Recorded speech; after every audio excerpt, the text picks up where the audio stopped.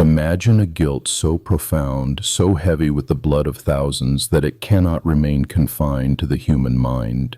It bleeds outward, demanding structure, demanding wood and nails to contain its terrifying mass. This is not merely a ghost story of ethereal phantoms drifting through forgotten halls. It is the chilling reality of a mind collapsing under the weight of an empire built on death, forging a physical manifestation of its own inescapable dread. The genesis of this architectural asylum lies with Sarah Winchester. She was the sole heiress to a staggering fortune, wealth amassed through the relentless efficiency of the Winchester repeating rifle. Known as the gun that won the West, this weapon left a trail of countless bodies in its wake. Following the tragic premature deaths of her infant daughter and her husband, Sarah was left utterly alone, drowning in a sea of blood money and profound grief. According to 19th century accounts, a spiritualist delivered a chilling revelation that shattered her fragile psyche. The medium claimed Sarah was cursed, relentlessly hunted by the vengeful spirits of every soul ever struck down by a Winchester bullet. To survive, she was told, she must move west and build a home for herself and the restless dead. If construction ever ceased, the spirits would claim her life. This psychological defense mechanism birthed an obsession that would consume her remaining days. Driven by this paralyzing fear, she fled to the sun-drenched orchards of San Jose, California.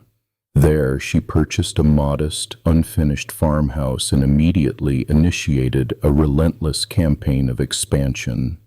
For 38 uninterrupted years, the sound of hammers and saws echoed through the Santa Clara Valley, day and night, without pause.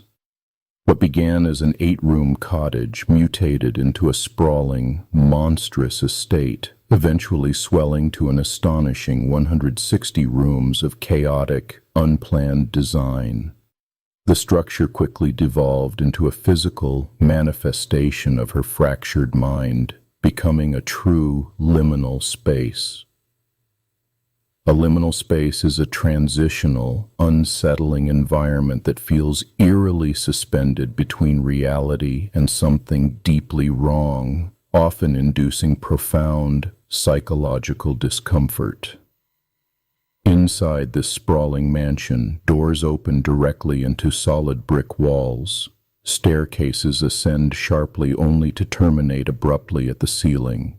Hallways twist, turn, and snake back upon themselves, leading desperate wanderers into suffocating dead ends.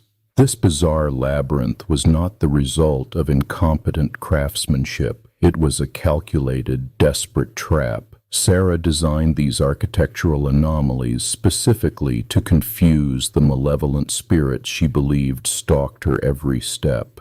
By sleeping in a different bedroom each night and navigating a dizzying maze of secret passageways, she hoped to evade the phantom army.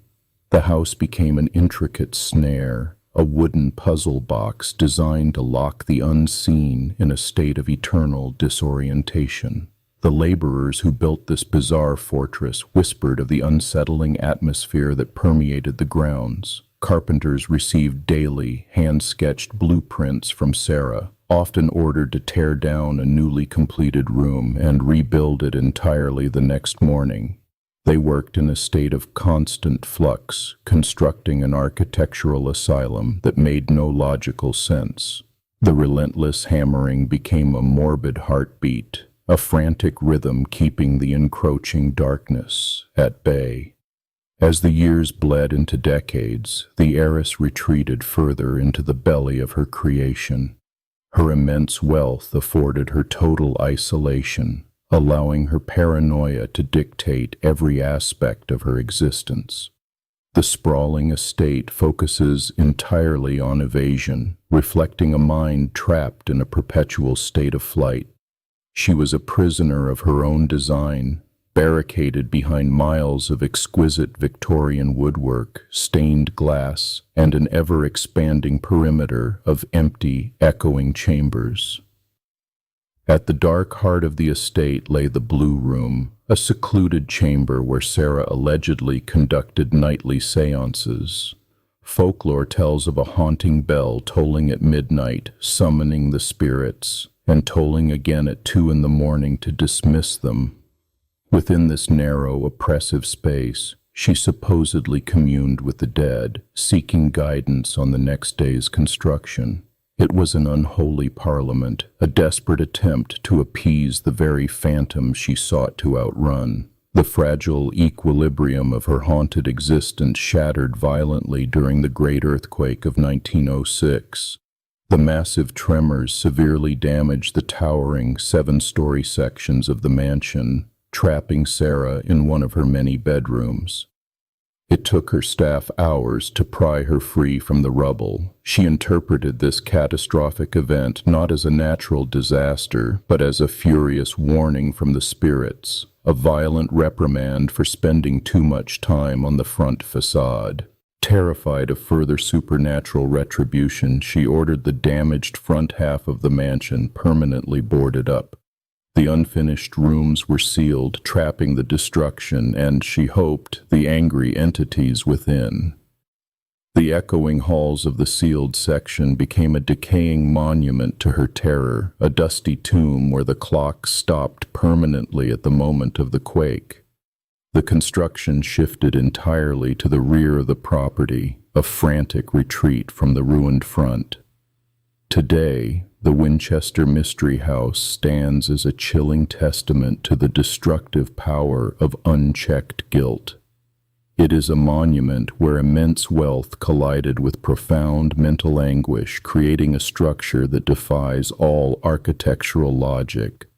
The legend of the rifle heiress and her haunted labyrinth has seeped deeply into the cultural consciousness, a grim reminder that the most terrifying monsters are often the ones we carry within ourselves, the ones we try in vain to outbuild. To walk through those twisting corridors today is to step directly into the architecture of madness. The air is heavy, stagnant with the weight of a century of frantic, desperate energy. Even in the bright California sunlight, the shadows within the house seem to stretch and warp, clinging to the bizarrely angled walls. It is a place that actively disorients, forcing visitors to experience a fraction of the dizzying paranoia that ruled its creator's life. The ultimate, unsettling truth of this sprawling estate is not that it was haunted by the victims of a deadly weapon. The true horror lies in the realization that the house was a perfectly designed trap that ultimately caught only one soul. Sarah Winchester built a prison of her own making, sealing herself away from the world in a desperate bid for survival. Her defense became her tomb, a gilded cage where she served a life sentence of fear. The hammers finally fell silent in 1922, but the oppressive silence that followed is far more terrifying. As you stare down a hallway that narrows into nothingness, or gaze at a door that opens into a sheer drop, one chilling question remains. Did she ever truly escape the phantoms of the rifle, or are they still wandering those twisted, endless corridors, forever hunting the woman who built them a home?